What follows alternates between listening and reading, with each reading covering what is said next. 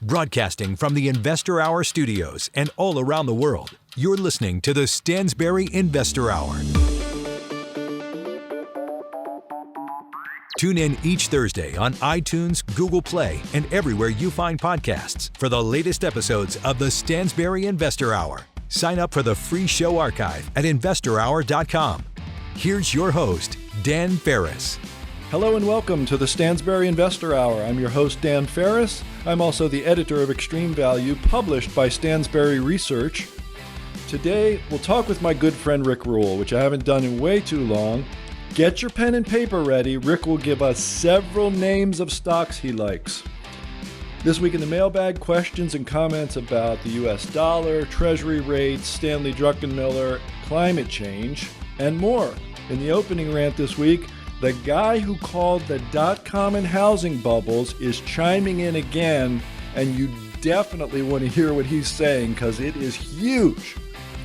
That and more right now on the Stansberry Investor Hour. So who is this guy? Who's the guy I'm talking about who called the dot-com and housing bubbles? Actually, he's called a lot of bubbles. He was around during the Japanese stock market bubble, and he was really bearish about that too. And his name is Jeremy Grantham, and he has a firm called GMO in New York. Last I looked, they were managing like some number like 18 or 20 billion. It's probably, triple that now. I don't know. But they manage money. They manage a lot of money. And they put out a lot of good stuff on GMO.com. There's a lot of good research to read. But just recently in a Business Insider article, Grantham said, this is eerily like 2000, meaning the current episode looks a lot like the dot-com bubble to him. And he's got these they said four indicators in this article, but it's really four markets, the four huge asset markets: stocks, bonds, real estate, and commodities. And he looks at all of those and he says, they're all flashing warning signs. They're all telling you that they're dangerously overheated. He thinks housing is dangerously overheated. Most of the narrative I read in the press says, we're around the 2006 peak in housing prices or whatever, but as they always say, it's different this time. We're safe here. It's safe that housing has become this overheated. And most people will say, well, it's, an inventory problem due to COVID, but all of these things concern Grantham. He says stocks are expensive, bonds are expensive, and real estate is expensive, and commodities have soared out of sight. I mean, if you look at a chart for lumber or copper, it's crazy. And other things. Corn is one of them, I think. So, he looks at all this, and the quote is, and this is my quote of the week, so I'm just kind of mushing the rant and the quote of the week all together here. It's part of this article, this Business Insider article, where Grantham made his comments. And the quote of the week is a little scary, and I think that's appropriate. So the quote of the week is Jeremy Grantham, quoted in Business Insider. He says, "This is pretty bad on a very broad front," right? He said stocks, bonds, commodities, and real estate, right? That's a pretty broad front. That's all the major asset classes. This is pretty bad on a very broad front. We will have to live potentially, possibly, with the biggest loss of perceived value from assets that we have ever seen. Well, that just makes sense, right? If you're saying it's the biggest bubble you've ever seen because the excesses are hitting all four of these asset categories, well, then the aftermath would be the biggest loss of perceived value ever seen, if we get the correction. And the correction, and Grantham has talked about this elsewhere, the correction doesn't go back to reasonable prices. It tends to go way back below what's reasonable. It becomes an extreme to the upside, and the more extreme to the upside, the more extreme to the downside. And he says something like, almost exactly like that in this article. I can't find it, but it doesn't matter. That's the point. The point is the worse it is to the upside, the worse you should expect it to be to the downside. And who else have I quoted to that effect? Well, John Hussman from HussmanFunds.com, who tracks the valuation of the S&P 500 based on historical measures that have predicted very well what future returns have been. So based on those measures, he's saying you're going to get the worst 10 to 12 year performance ever out of the S&P 500. So, people who are experienced with this stuff and understand it and have a track record with it are, and Hussman called the dot-com bust like nobody's business. He actually nailed the exact percent loss of the NASDAQ, predicted it before it even started. So these guys who have somewhat of a track record with this stuff, and Grantham has a great one. His firm has studied a couple dozen of these bubble events. They're saying this thing is the worst one. Right now, the moment we're living through is the worst bubble ever in terms of what you can expect for future returns from these various asset classes.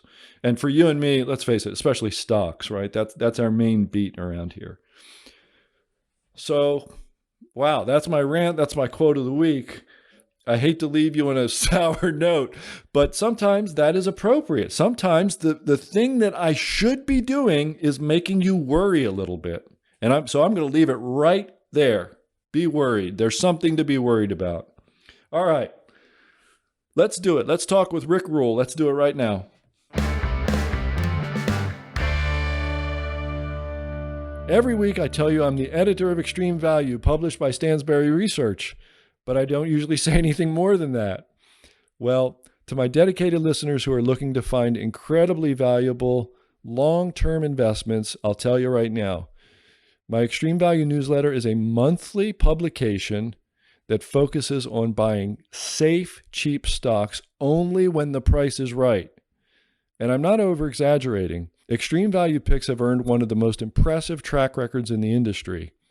Mike Barrett and I spend hundreds of hours each month poring over balance sheets and SEC filings to find stocks trading at huge discounts to their true worth, giving subscribers a large margin of safety on every pick. You can learn more about that or sign up for the newsletter at investorhourdan.com. So you can support the show and find some of the most profitable ways to invest all at once. investorhourdan.com. Check it out. Time for our interview today, and I'm really looking forward to this one because today's guest is my friend Rick Rule. Haven't talked to him in a while. Rick began his career 47 years ago in 1974 in the securities business and has been involved in it ever since. He is known for his expertise in many resource sectors, including agriculture, alternative energy, forestry, oil and gas, mining, and water. I think we should talk about reinsurance too. Maybe we'll do that. Mr. Rule is actively engaged in private placement markets through originating and participating in hundreds of debt and equity transactions. Rick, welcome back to the show. Dan, a pleasure to be on with you. It's been too long, in fact. Yeah. So your life has changed quite a bit, starting with an announcement at the end of February, which became effective mid-March. You stepped down from 2 roles at Sprott. I guess you've got several hours a week to do with as you please now.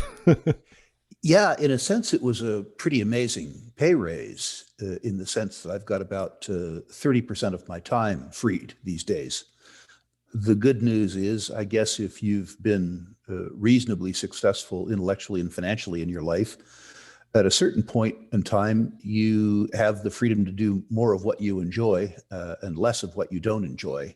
And certainly, I didn't enjoy some of the managerial responsibilities I had. And I think it goes without saying that I didn't enjoy the regulated environment that I and anybody else in the securities and investment business endures. So shedding those 2 roles and being able to refocus on securities analysis, which I've always liked, and education communication, which I also like, has been a real blessing to me, Dan. I bet. I would love to be a fly on the wall in your office at home to see what you're up to day by day and hour by hour. Well, this time of year, it hasn't changed much. This is annual report season. I see. So in retirement, I've been working 12 to 14 hours a day, doing the green eye shade stuff that I like so much, much to the chagrin of people who misinterpreted what my retirement might look like. Oh, I see. Yeah. Well, you love what you do, so I guess you're continuing to do more of it. But I noticed that, in the press release, it said you're stepping down as managing director and president of Sprott USA, and still you're going to be a Sprott director, and you're going to be an advisor on investment vehicles, an advisor in an ongoing marketing capacity. It said, that sounds like a lot of work to me. That doesn't sound like retirement. Well, if you describe work as a vaguely unpleasant thing that you do to sustain your life, I don't work at all. I do things that amuse me, and I allow other people to benefit where convenient to them and to me. I am very active, but there's no part of my activity at present that isn't pleasant. Prior to my retirement, I couldn't say that. That's right. So you remind me of Buffett. He says, if it didn't pay a dime, I'd still do exactly the same thing. Yeah, that's disingenuous for both he and I, to be frank. I've actually said that in the past. If it didn't pay so well, I'd do it for free. That's not strictly speaking true, but like Buffett, I'm delighted with my circumstance in life. He has generated more utility over his life than I have with mine, so he gets to play the game at a different level. Well, you haven't done too shabby as far as I can tell. I know I'm pretty impressed. I have no apologies, Dan, and no complaints. It's treated me very, very, very well. It's nice that the outcome has been as it is. I've really enjoyed the ability to up my game in terms of communications, mentoring, and teaching, which is to say, doing interviews like this. There were questions that I couldn't answer in my prior capacity, either as a consequence of Sprott's other interest or as a consequence of regulatory constraints. And that caused some frustration. And those frustrations are largely gone, which is lovely. As an example, I couldn't, in an interview like today, talk about Sprott products or Sprott, which was sort of an odd constraint. There weren't many people around who knew as much about those topics as me. And I was constrained from a regulatory point of view from answering honest and open questions about a subject that I both knew about and cared about. So, Rick, were the regulatory constraints, I don't think I understand them completely. They're on the officers of the company and not the directors? Or do I'm taking the view, Dan, that I am no longer constrained by Sprott's compliance regimen, that I have to disclaim my remarks if they seem favorable, by way of saying that I am still the largest shareholders and thereby benefit indirectly to the extent that an audience purchases Sprott products or services, or indirectly purchases Sprott Inc. stock itself. And I think that those disclaimers are fair.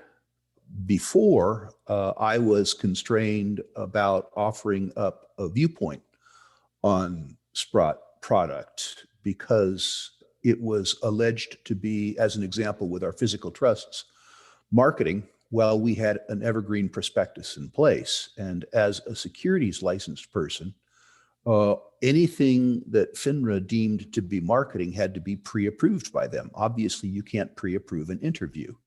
So I've taken the point of view that since I am no longer a licensed person, that is to say, no longer a stockbroker, that I am no longer governed by that aspect of the FINRA regulations, and that I'm governed rather by the full and fair disclosure doctrine, which says that reasonably, I have to use my best efforts to tell the truth, which I don't think is an unrealistic constraint.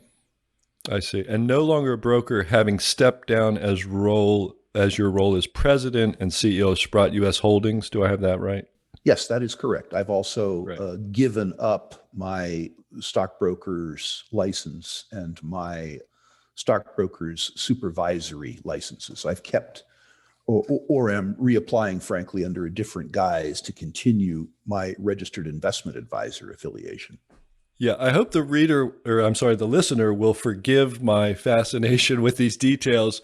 It has always fascinated me that a guy like you, and the reasons, you make them clear, but, you're in this business that is just so meticulously and heavily regulated. The rewards must be pretty darn good, is all I could say. Well, I love what I do.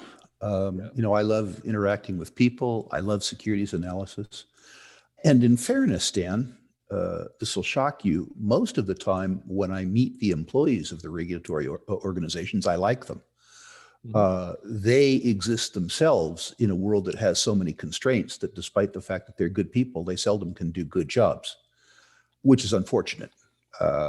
It seems to me that the apparatus of regulation is designed to protect the public from a few bad apples who pay no attention to regulation whatsoever. It seems that most of the impact of regulation is to constrain the flow of information from honest people to honest people around the vainglorious hope that you can protect investors from their own worst instincts and from some of the worst elements of humanity, something that I believe is futile. I actually believe that investors would be better served if they understood that neither FINRA nor the SEC can protect them, and they had to do the work to protect themselves. But that's maybe a conversation for a different day. Oh, well, it might be, but I've made the same point in Stansberry Digest and in the newsletter I write and on this show. And I agree. I gave that example. I forget who the guy was. I think it was an insurance company executive or somebody said, he could bring all traffic accidents to a halt simply by getting rid of all the safety gear in the car and replacing it all with a 6-inch spike sticking out of the steering wheel. He said there would never be so much as a fender bender. It might take 4 hours to get to work every day, but there would never be so much as a fender bender. And I feel like there's a point to be made in not pretending to protect the investor from the full brunt of his decision. This purporting to protect him it works against him. I agree with that. And certainly the economics of regulation is interesting. Warren Buffett, who is of course no foe of government or regulation, has pointed out that the consequence of the Enron fraud was a circumstance where fraudulent activity on the part of Enron officers and directors cost shareholders and customers somewhere between $70 and $80 billion. And Buffett made 2 points. First of all, the impact of that was the Sarbanes-Oxley legislation, which costs public companies and hence their shareholders in excess of $100 billion a year. In other words, the cure on an annual basis exceeds the cost on a total basis. But probably more importantly, fraud was illegal before Sarbanes-Oxley. Right. In other words, what we had was a regulatory failing, not a market failing. And the idea that we doubled down on regulation and imposed $100 billion in annual cost to the economy to cure a problem that was already covered by existing regulation, cost between $70 and $80 billion, tells you something about the arithmetic of securities regulation. Your other point, of course, deluding investors into believing that FINRA or the SEC actually protects them from fraudulent activity flies in the face of Madoff, who is alleged to have pilfered some number in excess of $10 billion net. And for much of the time that he was alleged to have done that, he was the president of FINRA, in other words, the regulator. So truly, it would appear that society hired a wolf to be the shepherd. I think they do that a lot more often than they think. Anyway, we've probably disenfranchised enough of your viewers now, Dan. I know. It's my fault. I opened this can of worms, and so I will close it right now. And let's talk about something else, which has been on my mind as soon as I knew we were going to talk to you today. You and I were talking once And it was within the past 4 or 5 years. And we were talking about, the resource business, and, mining is a crazy, horrible business, highly capital intensive, extremely cyclical, very difficult. And you brought up reinsurance. And if I'm not very much mistaken, you had said something like, man, if I'd known about this, 40 years ago, I would have done this and skipped right past mining because you liked it that much. And I've refined my views. I probably would have confined myself to reinsurance around extractive businesses. In other words, I probably wouldn't have chosen to practice reinsurance as a generalist because I don't think that you understand enough about the risks that are specific to an industry. I'm interested, as you know, Dan, both financially and academically, in the concept of risk. I'm interested in mispriced risks.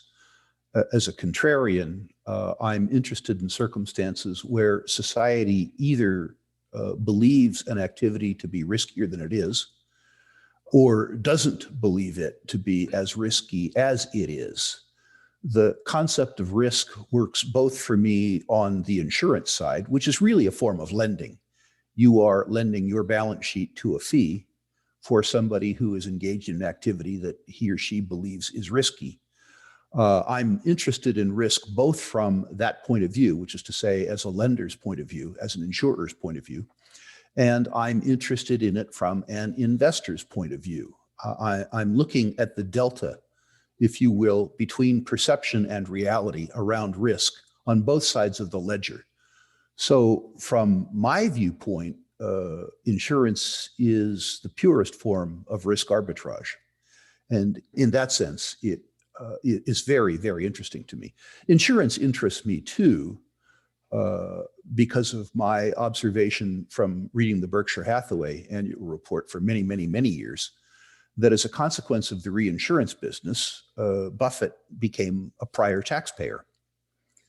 And I think being a prior taxpayer is both arithmetically sound and patriotic. Why feed the beast? When I say a prior taxpayer, what you'll notice when you look at the Berkshire Hathaway annual report is that the float, which he makes so much of, that pool of capital, which is neither debt or equity, but contributes to return on equity, is really the excess of premiums received prior to claims paid. And it's this wonderful tax-free mechanism. What you see with insurers, but particularly reinsurers, is that when they put long-tail risks on the balance sheet, they are allowed to reserve against those risks. In fact, they're encouraged to reserve against those risks, because the political class and the financial class wants well-capitalized insurers so that the liability doesn't become socialized. The upshot of that is that if you take, as an example, a $1 billion contingent liability over a long period of time, and you're receiving, say, $15 million or $20 million a year in premium, you can establish a risk reserve against that $1 billion potential liability of, say, $150 million, and use that reserve not only to shelter the premiums that you received from immediate taxation, but also to shelter earnings from other parts of the business, as long as that reserve, the cash in that reserve, the so-called deferred tax liability, isn't either salaried out or dividended out. And that's an enormous advantage. The idea that you can shelter other sources of income for a very long period of time, in fact, for as long as you keep growing your insurance business, is attractive to me, Dan. So the reserve against that, we just hypothetically said $1 billion of contingent liability over a very long time, and hypothesized this $150 million reserve. That is a tax shelter for other risks. Correct. Well. Understand that reserve, and I'm simplifying this, needs to be maintained in an investment account. It can't be dividended out or salaried out. In other words, the reserve has to be there to be reinvested, which is precisely what Buffett wanted to do. Mm-hmm. He didn't like the double taxation associated with dividends, and he liked the idea that he could defer current income and ultimately perhaps pay the liability later by allowing his shareholders to sell the stock. In other words, converting current earned income to deferred capital gain, an extremely efficient tax arbitrage. I could spend more time digging into this, but I think I'm going to let it go. But it sounds very cool to me. It sounds like the most massive corporate 401k you could ever sort of imagine. A 401k is all about deferring current consumption in favor of your future. And that's precisely what float is about. Right. And that too, isn't that the source of leverage, which people don't normally talk about when they use Warren Buffett's name? Well, it's a beautiful form of leverage. It is actually probably a form of debt because at some point in time, Buffett will be confronted with some fairly large claims. So when I say debt, what Buffett has done is exchanged the financial strength of Berkshire Hathaway, or lent the financial strength of Berkshire Hathaway on a contingent basis in return for what would normally be considered an interest payment that's in fact an insurance premium. This pool of capital, this float, this deferred tax credit, depending on how you view it, doesn't show up as a formal recourse liability, which is to say, although it feels like debt to me, it's a contingent debt. It's a floating debt, and it isn't equity. The product of it can become equity, which is to say that if Buffett has this pool of effectively costless capital, when I say costless capital, it means if he underwrites correctly that his insurance premiums are sufficient to pay his net claims, which means that the float, the premiums received before the claims are paid, ends up being a capital pool which is costless to the extent that you have a $100 billion pool of costless capital, and you are enjoying a 10 or 12% return on capital employed. What that means is that between $100 and $120 million a year can flow into equity accounts. And in the wonderful machine that is Berkshire Hathaway, as the policy liabilities build, the capital that is generated is also sheltered in similar fashion. A truly astonishing pre-tax / after-tax capital pool. And as Buffett likes to point out, not merely costless, but negative costs, paid to hold it. Often negative costs. Now, that has to do with his prudence as an underwriter. When things go bad for Buffett, they go bad in relatively large numbers, unless you compare the number against the size of the capital pool that's being pledged. What's interesting about float, Dan, and I'm really sorry to beat this apart. I thought we were going to talk about resources, but that's okay. I know.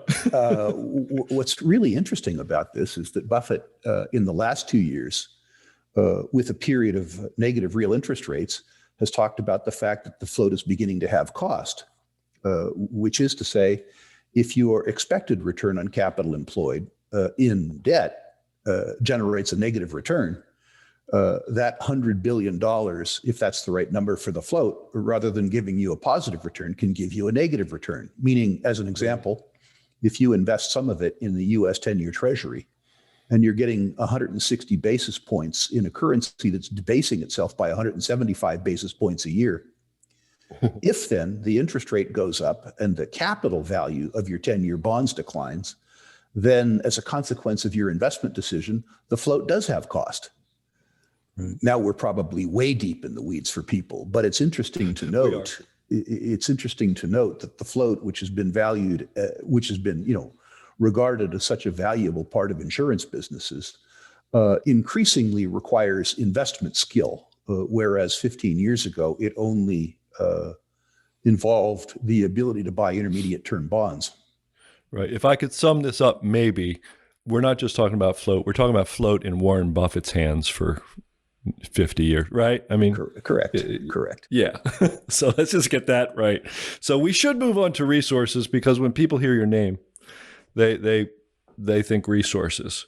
And you did talk about how much you love mispriced risks. And that becomes my question. Where are the mispriced risks in the resource sector today? Well, I would say primarily they were 18 months ago. There's much less mispriced risk in the market now. I would argue in the lower end of the market, in the sub 500 million market cap space, which is ironically the area of my greatest competitive advantage, that the market is by and large ahead of itself, which is to say, as the price has gone up and the sector has become more popular, it's become much more risky. People have a difficult time understanding this, but if a stock goes from $1 to $2 with no change in the underlying fundamentals, well, you're happy that the price has gone up. It's precisely half as attractive arithmetically. Yes. And that's beginning to happen. There are areas, which is to say that there are commodities which are still underpriced. Probably uranium would be the classic example. It's absolutely necessary for the ascent of mankind because it's very efficient baseload power. And it's also, in today's climate, non-carbon generating power. It also costs the industry fully loaded somewhere between $50 and $60 a pound to make. And they sell it, at least in the spot market, at $30 a pound, losing $20 a pound, and of course, trying to make it up on volume. The arithmetic proposition then is, if you look out 5 or 6 or 7 years, either the price of uranium goes up or the lights go out. My suspicion is that the price of uranium goes up. Had we been talking about this a year ago, I would have said that access to this proposition through the equity of uranium producers or junior uranium developers wasn't merely cheap. It was, to quote a Buffett phrase, felony cheap. It was so cheap it was stupid. That's no longer the case. I can make an excellent valuation case for some of the larger uranium producers, particularly Kazatomprom, if one is willing to take the risk of investing in Kazakhstan. I believe, too, that if the price of uranium goes up in the time frame that I say it will, that the juniors will do extraordinarily well. But the price of the juniors relative to the current price of uranium, which is to say $30 a pound, is no longer felony cheap. These stocks have all doubled and tripled in the last year. But that's probably the most egregious example. A different place that I'm seeing good absolute and relative value, however, is in the mid-cap gold producers. I should preface this by saying that I am a gold bug. I believe that the political and social circumstance that we see ourselves in today, particularly quantitative easing, which you and I would call counterfeiting, debt and deficits, which debases the currency, and in particular negative interest rates, are tailor-made for an increase in gold price. Many people, including some Stansberry subscribers, believe that the gold bull market is over. They believe that 3.5 years into a gold bull market, that gold bull markets only last 4 or 5 years and it's over. I would argue that gold bull markets are of substantially greater duration. I've been through two. One was 1970 to 1981, 11 years. The other was 2000 to 2011, 11 years. So I suspect that the duration on this gold bull market is greater than people think. And I think the dimension is greater than people think too, because gold and precious metals move when people are concerned about the debasement of the currency and the impact that that has on the purchasing power of their savings. And anybody who isn't concerned about quantitative easing, debt and deficits, and negative real interest rates, I believe needs to have their head examined. So I'm constructive to higher precious metals prices and hence the higher prices around companies that produce them. The very large producers have continued to enjoy inflows of generalist funds. And I think that they're probably fully priced at $1,750 gold, although I think that they discount extensively higher gold prices. The juniors, too, as a class, have moved too far too fast. Remember that most of the juniors will never actually produce any gold. And if the price of something that you don't have any of goes up, it shouldn't really impact on your fortunes.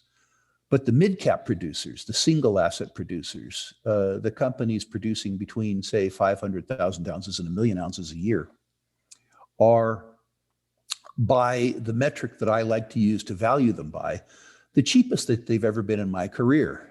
That metric is the net present value of cash flows from proved, developed, producing reserves at the forward strip price relative to enterprise value being market capitalization plus debt minus redundant assets and cash. I realize that's a slavish formula and people want rules of thumb, but that's not what an old credit guy like me does. So by the metric that I have just tried to explain to your listeners, I would suggest that the mid-cap gold producers are probably the cheapest that they have been in my career by the metrics that I use to measure them. So I think that's an attractive sector. Can we trouble you for a name? Yeah, there's a few names. Understand that people need to do their own due diligence. This is for investment purposes. Understand, too, that if I like a name, I invariably already own it. And so in this instance, I'm talking my book. But certainly names like Endeavour Mining, which has enjoyed tremendous growth in Africa, is an attractive name. A couple Australian names, Northern Star, Evolution Mining, are both attractive to me. One that I think is a special situation, well, a couple that I think are special situations, but one that is particularly unloved now, in fact, I used to dislike it, would be SSR Resources, which has made a practice of buying up cash-starved producers from other companies, recapitalizing them and growing. They're digesting an acquisition that was a merger of equals, and the consequence is that the share register is changing. And it's one of the real examples of upcoming operational synergy priced at a discount to the net present value of future cash flows for structural reasons. So those are the sort of names I'm attracted to. Nice. Okay. You're up to 5 names. That's I think that's about the second highest total of any guest we've ever had. Well, it's interesting. You know, we probably should have visited 18 months ago when, if regulation had allowed me, I could have given you 50 names. We're not there now. Right. I'll tell you one other sector, however, Dan, that might amuse you. Okay. The Canadian oil and gas sector is felony cheap. It's felony cheap for a reason. Their free cash flows got decimated, both by declining demand for oil as a consequence of course, COVID-19, but also in Canadian parlance, a series of own goals, which is to say, ironically, that the federal government of Canada is doing their level best to destroy their domestic oil and gas industry for political reasons. The sector is just too cheap. At $60 West Texas benchmark and $1.50 natural gas, you have a range of producers in Canada who, although the share prices have doubled in the last year, are selling at half of net present value and selling at 1.5 to 2 times EBIT. This is really, really, really cheap. Are there risks? Absolutely. The idea that your own federal government is sabotaging you, something that Americans aren't unfamiliar with, is certainly a risk. And certainly, too, when you talk about oil and gas, you're talking about a very politically incorrect industry. You know, Greta Thunberg, the famous Swedish 15-year-old Nobel laureate, doesn't like oil and gas as an example. But the truth is that it is an extremely efficient fuel and feedstock substance. And I suspect that peak oil demand will occur sometime around 2040. So if one can set the politics of oil and gas, or pardon me, the narrative of oil and gas aside, the financial opportunity that's offered up by the finest oil producers in the world, but particularly in Canada, where they're unusually depressed, is attractive to me. Names that somebody should consider, these aren't investment recommendations, and I own them. Okay. ARC, which is what I consider to be the highest quality, but probably not the cheapest of the Canadians. Tourmaline, for those who have a bit more courage, Birchcliff, which is a purer play on natural gas. And Peyto, which I think has probably overcycled the lowest finding and development costs in Canada, are names which are attractive. For your listeners who have the courage to take a lot more political risk and deal with a lot more financial opacity, the Russian resource stocks are the cheapest resource stocks on the planet. And in oil and gas, that is true too. So names there like Lukoil and Gazprom, if somebody has the courage to deal with a truly capricious federal government, those are very cheap names. Have they been perennially cheap, or have there been opportunities to reap some good profits in them? I don't know much about them. They have been perennially cheap, and they have been perennially profitable. Now, your listeners need to understand that if something goes visibly wrong in Russia, which seems to happen 3 or 4 times a year, Russia delivers negative surprises on an amazingly consistent basis. These stocks are unusually impacted. They trade on sentiment and narrative as much as they trade on financials. They are also cash machines. It's interesting to think that a tyranny like Russia is a substantially more efficient place to be a private operator because of lower taxation and the fact that the state relies on the oil and gas industry, which means that the regulatory environment is much more accommodative often in communist countries than it is in supposedly free countries. It makes you wonder about the difference between, is there a real environmental impact? Because people worry about that with oil and gas. It makes me wonder what the environment looks like in various producing regions of Russia versus the United States or Canada or someplace. I would argue that over the last 30 years, both Russia and China have sacrificed the environment to their economic interests. I would also tell you, too, that as both of those societies get richer, their willingness to sacrifice their environment and their lifestyle to economics has declined precipitously. The shortcuts, as an example, that the major Russian nickel and platinum miner, Norilsk, took resulted in a truly ugly environmental scene in Russia, which Norilsk is required both to clean up and to pay a $2.8 billion fine as a consequence of a truly first world response, but a first world response that didn't spend 10 years in litigation. Similarly, the same company, Norilsk, I think arguably took some operational safe cuts in their underground nickel mines, and as a consequence, 2 of their shafts flooded. I think what you're going to see in the next 10 years is a Norilsk that makes many fewer mistakes. So while what you say is absolutely true, as an example, oil and gas transmission in Russia in the 90s was truly deplorable in terms of its environmental track record. As the Russian citizenry gets richer and the country feels its way through the social regulation of extractive industries, their performance gets better and better and better. Interesting. Yeah. And not unexpected, I would say. All right. We've actually been talking for a while, and I'm really glad that we got the chance to do it.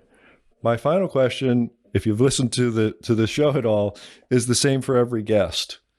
I have to admit, knowing you as long as I have, I ask it with great relish because I know and as I've tried to get across to the listener today, I know there's a lot more going up there than just, what oil and gas and mining stocks to buy. So feel free to go as far and wide with this question, Rick, as you would like. And the question is, if you could leave our listener with a single thought today, what would it be? An unbridled commercial. Talk to me. I've enjoyed talking to Ferris listeners and Stansberry listeners for many, many years. And I like to give everybody an incentive to amuse me. Any of your listeners who would like to know the way that I think about the natural resource stocks which matter to them, which is to say the ones they own, can access this. If you go to a website, sprottusa.com/rankings, and enter your natural resource holdings, please no cannabis stocks, please no technology stocks, just stuff I understand. I will rank those stocks 1 to 10, 1 being best, 10 being worst. And I'll comment on individual issues where I think my comments might have value. In addition, I'll send out 2 visual aids to anybody who mentions charts. One is a 50-year Behrens gold mining index chart. I include that not because I'm a technical analyst, but rather because it's the most inclusive and longest running gold equities chart that I know. And it's a wonderful way to understand the anatomy of bull markets and bear markets, and also a wonderful way to understand both the cyclicality and volatility of gold equities. The second chart is a 100-year commodity chart that talks about the valuation of commodities relative to other asset classes going back 100 years. So I would say, talk to me. Finally, Dan, I'll leave people with 2 thoughts. In terms of at least extractive industries and capital-intensive businesses, it is absolutely critical that your listeners become truly contrarian. In resources, the stocks seem the cheapest when they're the most expensive, which is to say when commodities prices are high and PEs are low as a consequence of high E, they're actually expensive. When they seem cheap, they're expensive. When they seem expensive, they're cheap. In resources, you have to be a contrarian or you are going to be a victim. You have to be in circumstances, you don't have to be, but it helps to be in circumstances where the commodity price is low enough that it's below the industry average cost of production. Because in that circumstance, either that commodity becomes unavailable or the price rises. So I would leave people with the sense that you need to be a value investor in resources. You need to be a contrarian or you will become a victim.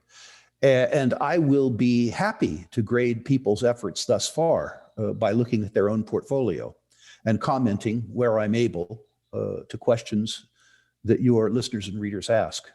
All right. 2 great ideas instead of 1. Thank you for that. And as always, a real pleasure to talk with you. And you gave us a lot of great ideas. I knew you would. You and I should talk soon again. It's been too long. At any time now, Dan. We're almost neighbors. I'm ensconced now in Anacortes, Washington, and I love the Northwest. And as I say, I got a 30 or 35% pay raise in terms of my time. So I look forward to a discussion at any time that's convenient for you on any topic. All right, will do. Yeah. All right. Well, thanks again, and I guess we'll invite you back soon. Thank you, sir. I really love talking with Rick. I've known him for 22, 23 years, something like that. He's taught me a lot about what goes on in the resource sector and who the best people are, who some of the worst people are, and everybody in between. He knows everybody in that business, and I've been very fortunate to know him and learn from him. And you can just listen. I know you're probably, if you haven't heard Rick talk before, you're probably sitting here thinking, wow, that guy is brilliant. And you're absolutely right. And he's not just brilliant on investing. He's just an overall really, really plugged in, his brain is turned on, kind of a guy. Really great talk. Love talking with Rick. All right, let's do the mailbag. An unstoppable force is taking over our country's financial markets.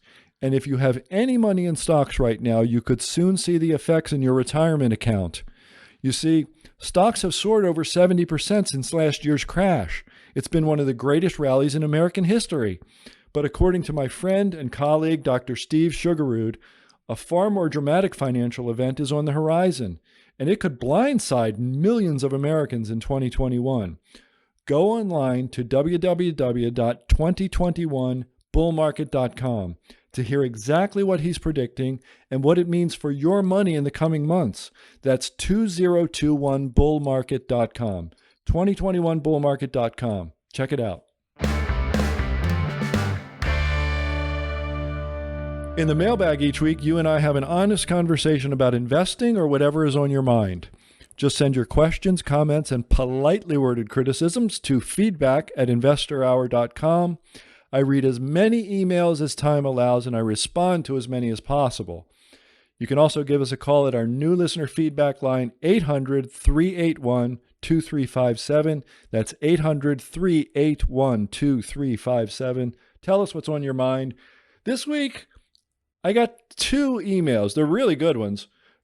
But feedback@investorhour.com. Let me hear from you. Even if it's a criticism, okay? I can take it. Just, be polite. I can take it. All right. The first one is from Levi N. And Levi said, "Hello, Dan. Would love your thoughts on the following quote from Druckenmiller on CNBC this morning." And he included a video, but he's got this quote that he included in his email. And he's talking about the 10-year interest rate. And he said, if it goes to 4.9%, which is the Congressional Budget Office normalized projection, the interest expense alone will be close to 30% of GDP every year.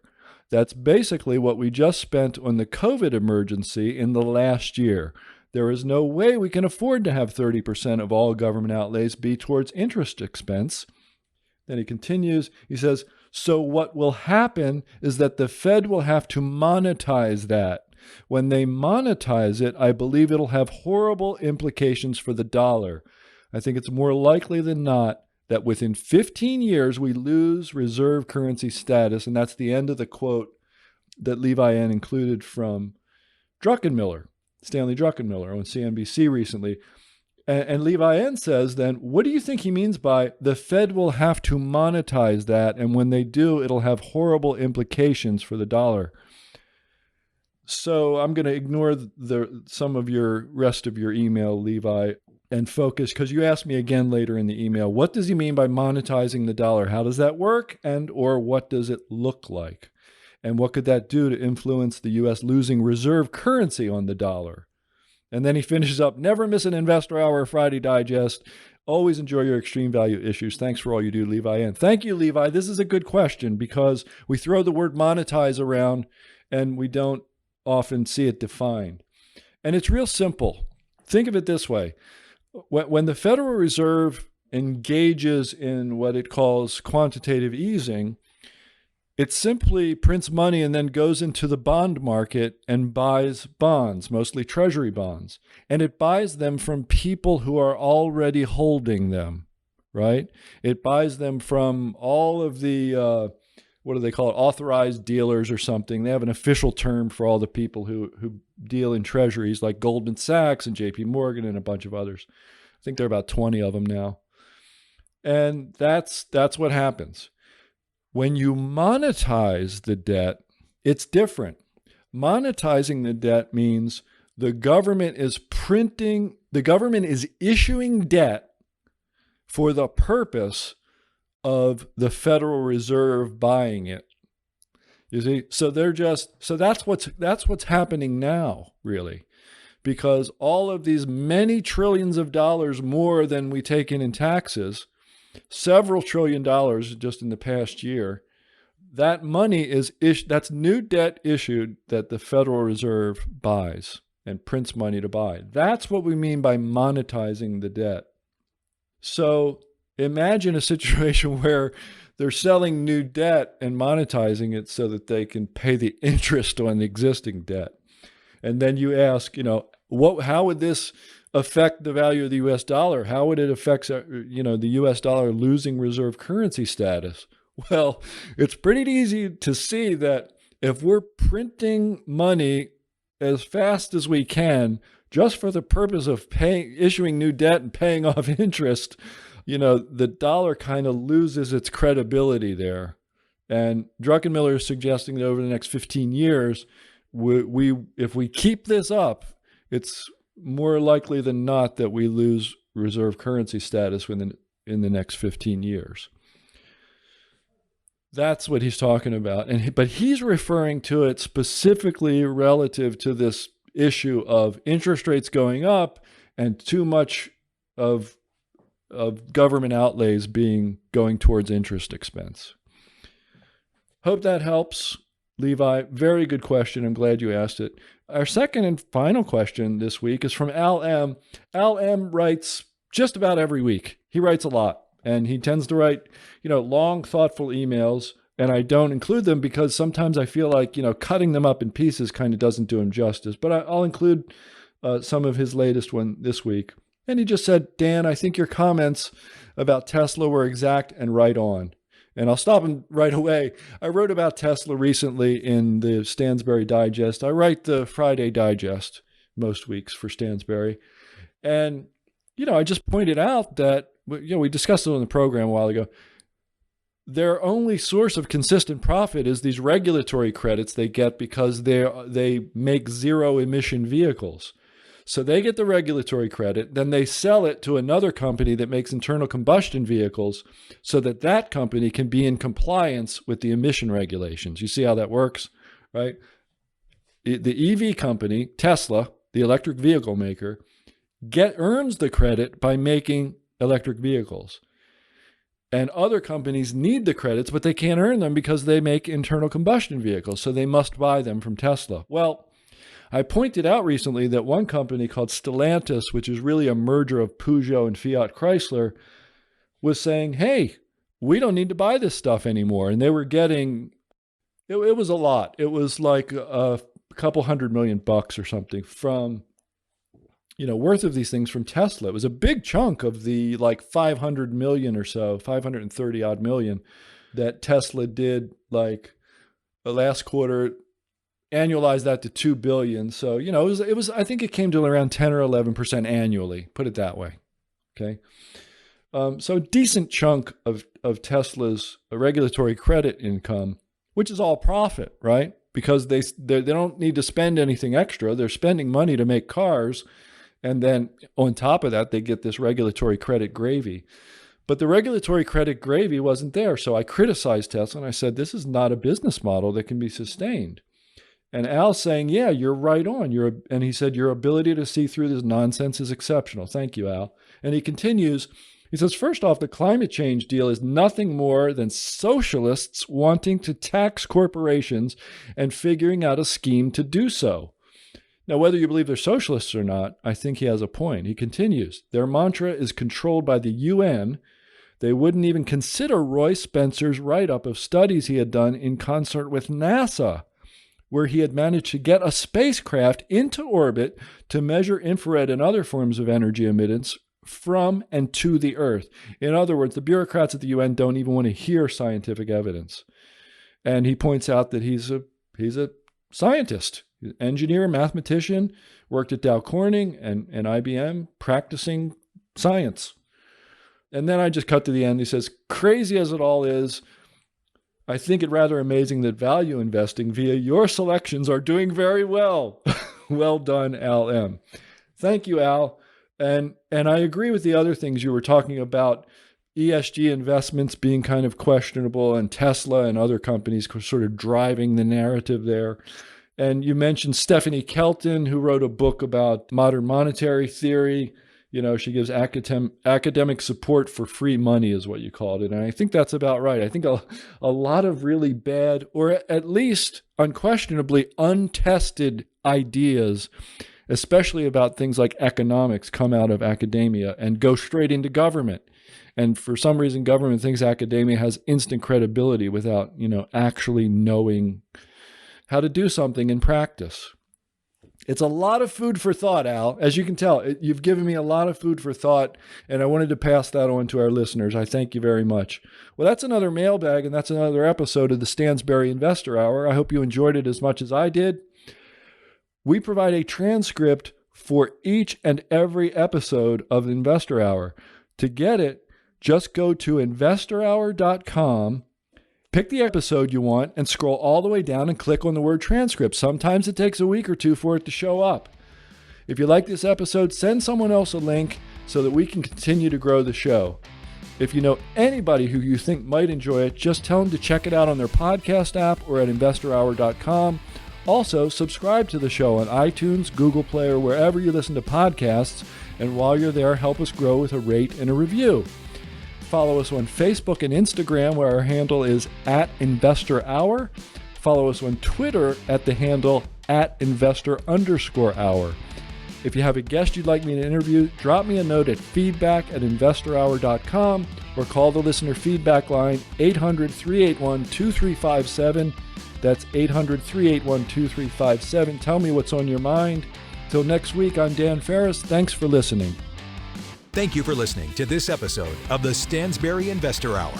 To access today's notes and receive notice of upcoming episodes, go to investorhour.com and enter your email. Have a question for Dan? Send him an email, feedback@investorhour.com. This broadcast is for entertainment purposes only and should not be considered personalized investment advice. Trading stocks and all other financial instruments involves risk. You should not make any investment decision based solely on what you hear. Stansberry Investor Hour is produced by Stansberry Research and is copyrighted by the Stansberry Radio Network.